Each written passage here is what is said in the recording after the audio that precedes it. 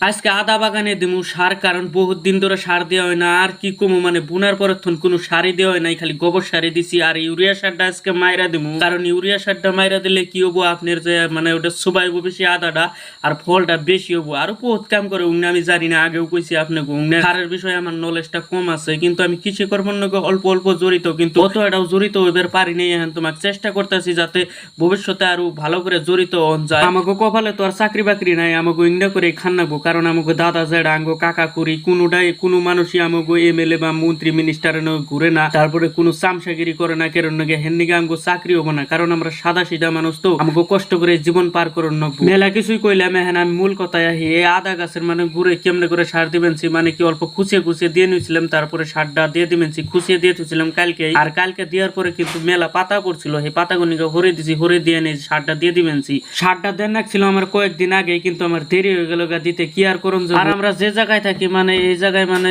Time মতন সারও পাওয়া যায় না। সারটা আনতেও আমাকে বহুতই মোটামুটি 15 কিলোমিটার যান নাকি সার আনতে, কারণ আমাকে বাজারে একটা দোকান আছে, এই দোকানে কোনো সার পাওয়া যায় না টাইম মতন কোনো জিনিসই পাওয়া যায় না, এর নাকি বহুতই অসুবিধা। আর আমি যে মুরগি পালি, এই মুরগির ভ্যাকসিনের নাকি আমার 15 কিলোমিটার যান নাকি সাইকেল নিয়ে, বহুতই অসুবিধা, কোনো জিনিসই পাওয়া যায় না এনে আমাকে।